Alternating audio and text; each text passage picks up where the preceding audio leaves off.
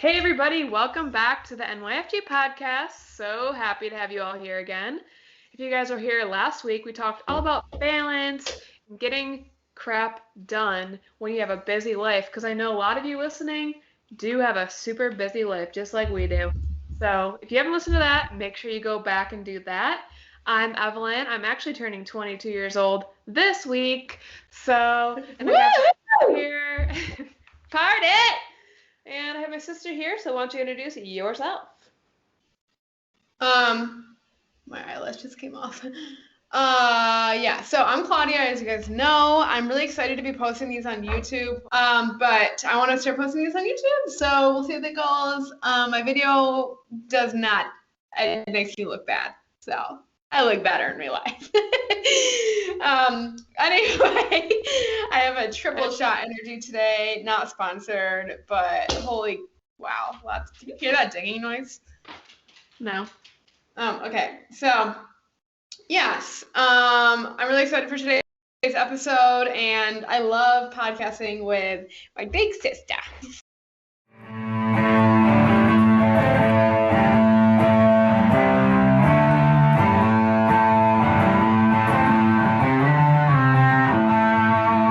You're listening to the NYFG podcast with Evan Claude. If you guys are not yet using Molteman 90 for your beef cattle and your dairy cattle, number one, what are you doing? And number two, I have a few more reasons why you should look into it. Hello, I'm Jonathan Lee. We are in Englewood, Tennessee today on my family dairy farm. Our vet introduced us to Molteman several years ago when we had a copper problem. What we are currently doing with Molteman is all the baby calves get a shot at birth, and then we're getting 3 more shots a year in them because the Molteman injection seems to be more efficient to us than trying to feed the animal the minerals that you get from Molteman. Well, Evelyn, while we have time, what was one thing that happened to you this week, just really quick? I don't know, the highlight of my week so far was definitely it getting warmer out. Yes, I agree. It's been very nice. And yeah, I mean, I've been going on a little spending spree lately, and it really hasn't even been a full week since we did our last podcast. So that's why I'm like, I don't even know what I did in like the weekend. So. Yeah, it hasn't. I know, it's weird. Yep. But my birthday is on Sunday, and I'm so excited. I know. Did your present come in the mail yet? Or no? No. No. Well. Hello, everybody. We are here with Tom Olsen, which is the National Sales Manager for CalfStar, and we are so excited to be on here with him today because we are so loyal to their brand, and our lives are seriously changed by this company. So, welcome, Tom, number one, and number two. Why don't you tell everyone like a little bit about yourself, about your position, and then we'll hop right into some questions that we have for you. Again, I'm Tom Olsen. Thanks for having me. My role is to look after the CalfStar division of our company, oversee U.S. and Canada, and then also we export into Europe too. So Home & Lao, who's our distributor, we're a distributor for Home & Lao in the U.S. and Canada. They're actually a distributor for us and our products over in Europe. So kind of help look after that also. And with that, we have a Midwest account rep, and then we have a Northeastern account rep, Minnie Ward and Chris Phillips, respectively. So work with them. So there's just one of me, so I need their good assistance to help us in the Northeast and the Midwest too. So we work as a team together. Right. Tell me what kind of products that CalfStar offers. Well, we got started in the business where we had some farmers looking for ways to pasteurize milk and to start feeding their heifer calves because they would feed the waste milk to the bull calves and they always outperformed the heifer calves. So Greg Apps, our owner, on a trip down to Mexico, he wrote on the back of a napkin, kind of came up with his first pasteurizer. So that's been going on I've been with the company now about 10 years. And that was well underway when I started. So I think it was back in the probably 15 years ago that he started making his first pasteurizer. And then, so we've been in pasteurizers, and that kind of branched into dispensing tanks, different types of ways to get the milk to the calves. And then we linked up with Home and Lao because they were looking for a flash pasteurizer, which is a high temp, short time that you'll see in like all the places that you send your milk to for bottling or cheese making. That's how they pasteurize milk. And so they were looking for that type of product. And then we were looking for the automatic calf feeders and a small batch pasteurizer, which is the milk taxi. So it's been a nice relationship, and we built upon that. Mm-hmm. And I actually worked at a farm in my college that used a milk taxi, and that is the whole reason why we have a milk taxi at the farm, because I remember getting back from college and I was so excited about the milk taxi. It was like the best thing that I've ever used, and I'm like, we need to get one of these, and a couple years later, she ended up getting one. Well, Evelyn, remember back in the day, we used to use a whisk. We used to use a whisk to make our milk. So when we got the milk taxi, we were like, wow, we're ahead of the times, but we were literally using a whisk. I just had to carry the hot water from the house out to the barn. Yeah. Yeah, so definitely milk taxis have been a lifesaver. I know on any farm I've worked on, they absolutely love them. I do know the biggest concern when I talk to people about them, because I always vouch for them, is that the price of them. So, can you talk a little bit about what makes the milk taxi a great investment and how eventually it can pay itself off? Because it definitely did for us. Yeah, no, it's a very good question. The milk taxi itself, it depends on what you're doing currently. If you're feeding milk replacer and have access to milk or waste milk, you can get a very fast payback on it by pasteurizing your waste milk and feeding that to your calves. So we're talking months, to pay that back.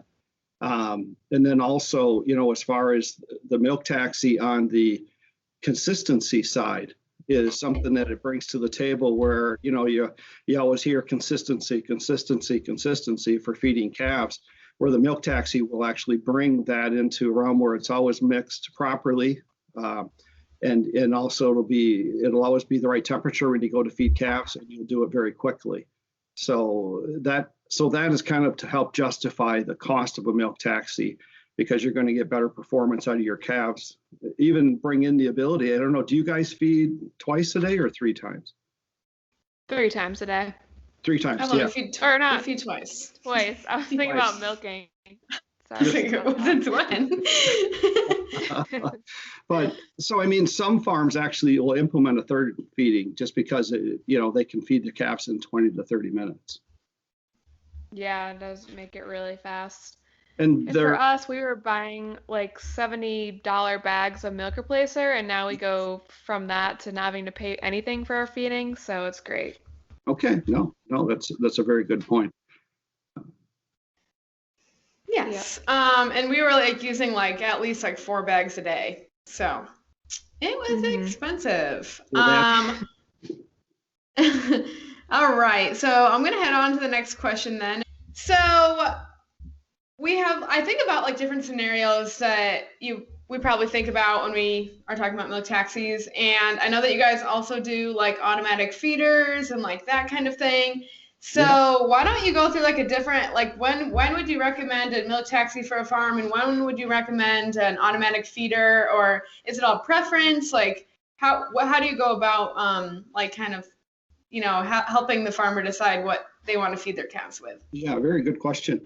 I guess it's kind of, you have to talk to the farmer, obviously, but if they're outside feeding in hutches or if they're inside at pens, it all comes into play. A lot of times I will see, as far as milk taxis, for example, in the sales process, they just want better consistency of feeding. They want an easier way to do that. They're tired of carrying buckets of milk, but they're not ready to make that step to go to group housing, with automatic calf feeders. So I always, it's more for automatic calf feeders where it's like the wife was feeding the calves, or let's say you guys were feeding the calves and decided to leave the farm. Pretty soon, they're looking for an easier way to feed the calves, and that's when they're looking at either, well, maybe a milk taxi, so it's not so much labor, or maybe I want to automate the whole process and go with an automatic calf feeder. So a milk taxi is really all encompassing, as you guys can attest to. You don't want to go through 10-inch ruts with it, but within reason, it can go pretty much anywhere. So you can feed them in hutches, you can feed them, you can put them on a trailer on those cold days or snowy days. And then you can feed indoors. Basically, if you can get through a 36-inch doorway, you can feed your calves. But when you look at an automatic calf feeder, now you're looking at, first of all, you have to overcome the farmer saying, well, that's for the bigger farms, and actually, quite on the contrary, a lot of the farms that do buy automatic calf feeders are the small farms, because now you can totally automate the feeding side, and you do not have to, as far as allocating more labor to doing that. So maybe you don't have to hire on that extra employee, and you can keep it within the family. Secondly, automatic calf feeders, if you're looking to automate the whole process, where you're, where you want them fed, let's say 3 to 4 times a day, and you don't have the labor force to do so, that's a very easy way for that to work. So you have to interview the farm, what are their current problems? Where do we want to go? And then secondly does a milk taxi help? Is that enough to do the job? Or do you want to take that extra step and go to group housing? And which really brings a whole nother way of feeding calves, because you basically have to take what you know about feeding calves in a hutch or in pens with a milk taxi and basically throw it out the window, because now we're putting them in a group pen. It's a whole different environment for the calves. And now you have to learn to feed the calves and how to manage calves in a group environment versus an individual pen where it's isolated. There's a lot of benefits to it. As far as there's a lot of studies out now, like the University of British Columbia did a test where they actually put 2 calves, and now you're in a pen, and they were much more social, much easier to learn. I don't know if you guys have read up on that at all or attended some of the seminars that you learn about it, but it's fascinating. So just the calf was born to be in a group environment and with their mother, and that's what the automatic calf feeders are trying to do, is bring them back together, give them that social environment, give them the as far as the body, the calf, they're going to have much better muscle development. And then when you go to the weaning side, as you start bringing the feed down slowly, they're going to naturally transform over to the starter and then also water. So you're not going to be giving them extra stress when they're in the weaning process. And do you see a lot more farms heading towards that group housing instead of the individual? We're going to see it whether we like it or not, because it like in northeast Wisconsin, we have a lot of farms up there where our company is from, and like for the groundwater and different things, they're starting to look at bringing them into confinement on concrete where you can manage the wastewater. And every state's different, but you're starting to see that. But also you're seeing where people want to put them in a little more controlled environment where they can get a little better. Let's say we just had a spell. I don't know. You guys are in upstate New York, is it? So yeah, it gets cold up there. And, we had that cold spell of sub-zero weather. What do you do? All you can do is feed the calves more and make sure they have a jacket on, where in a group environment in that, at least you control it. You can keep the wind off of them and the elements. That's very true. Yeah, I would love to see our farm head into group housing, because I prefer that method more. Yeah. Yeah, I was just thinking about that. I'm sure that there is, pros and cons of anything that you do, but I think just talking about the management strategies on that, I feel like it'd really pay off in the end. But yeah. But again, it's more not so much more labor savings, but the type of labor is different. Doing all that physical labor and carrying that whisk around, basically you have something that's going to feed it consistently. You're also going to get the right mixture, the right temperature, and then it's going to tell you if there's anything wrong with the calf. And the milk taxi, do you have the features of Smart Mix and Smart ID with that? No. Okay. I thought we had Smart Mix, but maybe not. So the smart mix would tell you, like you could put in how much whole milk there is, and if you want to add a balancer, it'll tell you how much to put in based on the volume that you have in it. Yep, So, we do have that. Okay. We don't have that. Yes, We put in balancer, but it doesn't tell us if we need to put it in. Oh, okay. So there's, yeah, no, you guys can fight about that later, but on the milk taxi, the smart mix, just for your viewers, the smart mix is actually designed to, if you want to feed milk replacer or whole milk or a combination of the two, let's say you're filling it with whole milk and you can enter in the solids level. Let's say it's 11.5% today, with your little Misco refractometer or whatever you use to check the solids. Then what you can do is it knows how much you put in it. And then if you want to top it up, it'll tell you how much water and how much milk replacer to add to get the solids to where you want, and then to also get the right volume. And then secondly, if you just want to add a balancer, it tells you how much to put in. So it takes the guesswork out of it. So no matter who's mixing it, they always just go look at the display on it. It'll tell them how much to make. Yes, awesome. Going off of that whole balancer thing, I know we don't have it. It's because we had to have a specialist come out and test it because we didn't know if we were supposed to put balancer in it or not. So we had to go back and forth. So we ended up getting a balancer. So if you could just talk a little bit more about the benefits of adding a balancer to pasteurized milk, that would be great. Yeah. Well, whole milk on its own is totally digestible from the calf from day one. So, I mean, if you're going to give the calf the perfect diet from day one, whole milk is your answer, because, otherwise it costs so much to make them an all milk replacer.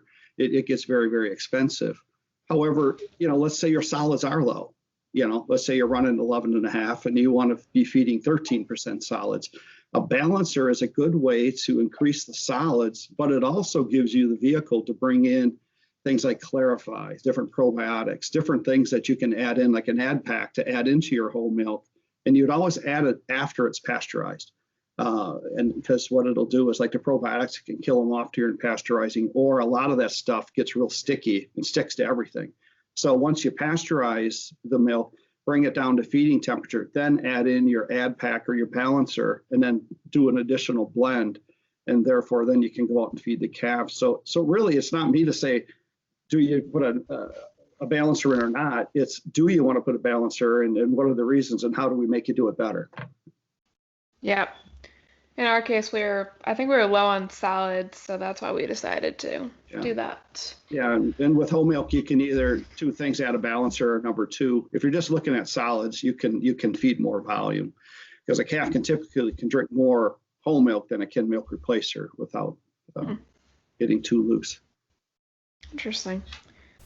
Did you know that Cabot Cheese employs an entire team of cheese graders? These folks interact with every single batch of cheese that goes out the door and into your fridge. You will never have a bad experience with Cabot, whether you are enjoying their yogurts, butters, cheese spreads, or just their classic cheddars. What are you waiting for? Cabot is waiting for you on a grocery shelf near you. And just a reminder, Cabot is a cooperative of dairy farm families, including our family. We talked a lot about the benefits of the milk taxi, but if we're going back to kind of square one, what are your favorite benefits of pasteurized milk, in general? I know a lot of people use milk replacement right now, but if we're talking about pasteurized milk, what do you like better about that than maybe an artificial? Yeah, well, again, I mentioned a little bit earlier, but whole milk is totally digestible for that calf from day one. And to a lot of people say, well, we're going to start out with milk replacer, then when they get older, we're going to switch them over to over to whole milk. And actually, I would do it opposite. If you're short on milk, I would give that whole milk to your calves that are between 1 and 2 to 3 weeks old, and then maybe a milk replacer when they're older, when they do have the enzymes built up, and be able to digest everything fully. So I think you can better mix on that side. So really, it comes down to what do you want going into the calf? What this calf is your future, and and I'm even a proponent not to just talk about waste milk, but actually to even pull milk out of the tank to feed the calves. especially in these times where now you're hearing rumors of some of the milk plants looking, hey, you're going to have to limit your production, and up in Canada, we have a lot of that issue where they're quota. And so if they're over quota, they have to find another use for their milk or get docked for it. So there's a lot of different financial reasons for doing it. So whether you're overproduction or if you just really want to pump some good milk into that calf and get some good rate of gain out of that whole milk. But again, there's a lot of good milk replacer out there too. It's not me and our company's decision or try to steer you in either direction, but whatever you want to do, we want to help you do it as best you can. My question about that is, we post about the milk taxi, and then a lot of people say, why are you even pasteurizing it? Why don't you just feed it raw like regular? Why don't we do that? Yeah, with raw milk, and a lot of people do it. But the thing is if you want to kill off the pathogens, especially like the leukosis, Johne's, mycoplasma, you can break that cycle with a pasteurizer versus raw milk. And plus you're reducing that bacteria load on the calf. So it is a baby. And so really what you want to do is feed it the best product available. So if we can get rid of that bacteria load and then also kill off any pathogens that can come in that can affect it in its future, I think it's just another safeguard in making sure that calf has its best chance at it getting past the weaning stage and becoming a long-term heifer and staying in the herd. Yes, I love that. So hopefully anybody that was wondering about that just got filled in. And my other question, my last one was, so milk taxis are kind of like a big machine, and that was like one of my first worries about on our farm, because we don't have like people coming out there to like check on it every day. So what happens if it like breaks down? Is it easy to like get a hold of somebody? Do you send a tech out? I know a lot of people are concerned about that. Yeah. Well, it kind of depends on where you're at. If you're in an area where we have a dealer, and in your case, you too have a very strong dealer, and so they would have the full inventory of spare parts, and quite often our dealers will have a loaner. So let's say they do come out and there's something wrong with it, or it was a reoccurring problem that they can't fix. So then what they'll do is bring a loaner out and let you use that and take it back to the shop and actually fix it correctly. Will they never fail? No, I can't say that. Otherwise, we wouldn't need a dealer network. But it's a mechanical piece of equipment, and it does take training. And so our dealers are required to take. We have online training, and then we also have in-person training. And we just had people out in your area doing a training with some of your dealers. So we do right now. It's quite often we go to places just because of the COVID and everything else going on. But so it has kind of turned the training side upside down. Same on the sales side. We can't get out as much. People are kind of limiting that. But no, it's a piece of equipment, and you do need someone that is qualified to fix it, and you need spare parts for it. Not that you're going to have a lot of troubles, but if something does happen, you need someone to fix it. Mm-hmm.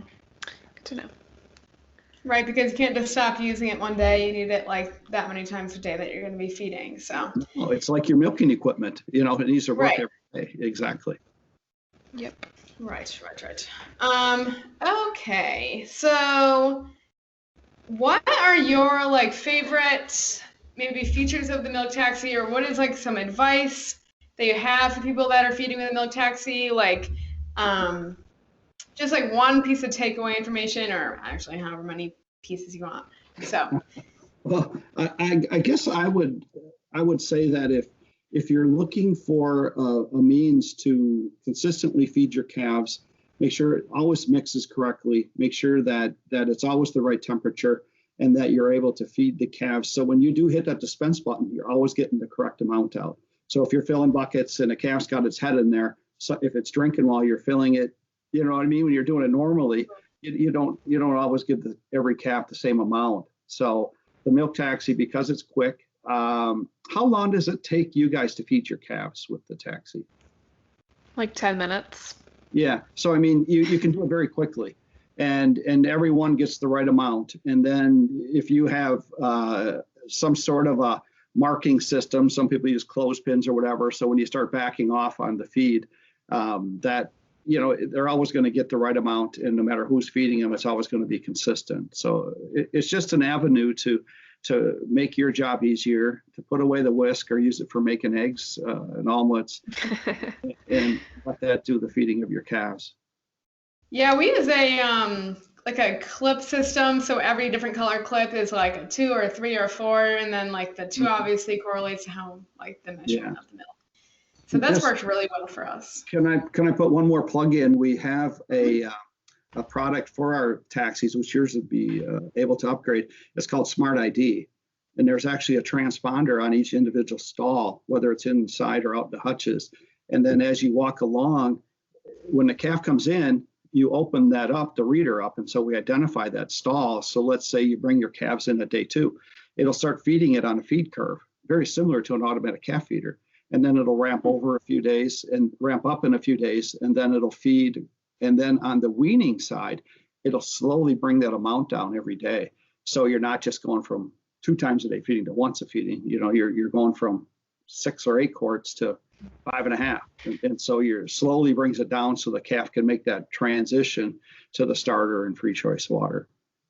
That's really cool. Super cool. It's just crazy, like, to me, how the technology is advancing so fast and how much different it is now from when it was when we actually like started feeding calves. We deal with the batch pasteurizer, the milk taxi, which hands down I feel is the best thing on the market in that sector. But when you get into larger farms and you have to do more volume, and that's when we get into the other pasteurizers, which is our flash pasteurizers. So then we can pasteurize at 2 gallons a minute, 5 gallons, up to 20 gallons a minute. And so really, whether you have a 5,000 cow dairy or a 200 cow dairy or 100 cow dairy, we have a solution for you. And now what we've recently added to this portfolio is we have dispenser tanks that mount on vehicles.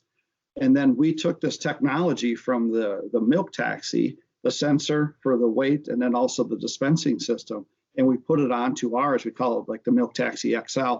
So you can mount them on club cars, the back of gators, different things. And right now we're making them up to 300 gallons, and we might make them bigger. So then larger farms can put this on to go out and actually dispense the milk to the calves accurately. So that's. Is there anything else like that on the market right now, or are you guys like the first ones? Well, there are some on the market. Typically, they're a plastic tank, and you guys know enough about plastic that it's hard to clean or hard to keep clean. Yeah. And then secondly, a lot of times there's a gas engine running. And if you can get by without a gas engine running and just have it electric, that way it's nice and quiet. The calves aren't, disturbed every time, and you have the exhaust in the buildings and stuff like that. So it's another way of feeding accurately and less intrusive on the calf. So you can come through on, let's say, an electric club car, you could come through and it don't make any noise at all. Mm-hmm. I actually worked at a farm where they did the big plastic tank and you set the number, but it was very hard to clean that out. So it's really cool that you guys are making one yourself. Yeah. So if we make and my boss, Greg, he loves stainless steel. So we try to make everything out of stainless because it's easy to clean. Yeah. Mm-hmm. And he likes it because he said it looks sexy, he says. But it does look better than plastic. So I think that's all the questions we have for you today. If you have anything else to add, go for it now. Yeah. No, I think other than, like you said, we're also growing in, with the technologies and everything. And right now, we're coming to market with a new colostrum care center. We're releasing it very slowly for sale. So actually, you're going to have one unit about the size of a small chest freezer that is going to allow you to pasteurize, chill, and to rewarm on a geothermal unit. So it's going to be very, very economical to do. And so we're excited. That'll be coming out in the next month or two. So that's exciting. So stay tuned. We always have got some fun products coming down the road. Yeah. How can people? I was just gonna say that. How can people like easily, like start their journey with CalfStar? Like how would someone approach maybe looking into the taxis or approach like looking into your brand? Yeah, typically, if you want to come on our website, that's a good way to start. www.calfstar.com, or talk to if you see any of the ads in the paper, call one of the local dealers, and if they're competent in it or comfortable with it, let's say, then they can easily stand on their own. But if they have any questions, that's when they bring us and our regional reps in to try to help them, like designing calf barns. What do you want to do with ventilation, different things, so we can bring that to the table. Our Midwest rep, Minnie Ward, is a calf specialist, so she can come on farm and do audits and different things, trying to track down what your issues are. So we're technically and sales wise, we'll definitely help you. And then follow up, we have a very strong support staff that can make sure you keep your products working. Well, thank you very, very much, Tom, for coming on and spending a little bit of time with us and letting us know why we chose the right decision for a milk taxi. Like we said, it has literally been a life changer for us, and we'll never go back to our old ways, and we're just going to keep on advancing. So thank you again for coming on. All right. Thanks for your time. Yeah. Thank you. Thank you. Take care. Yeah.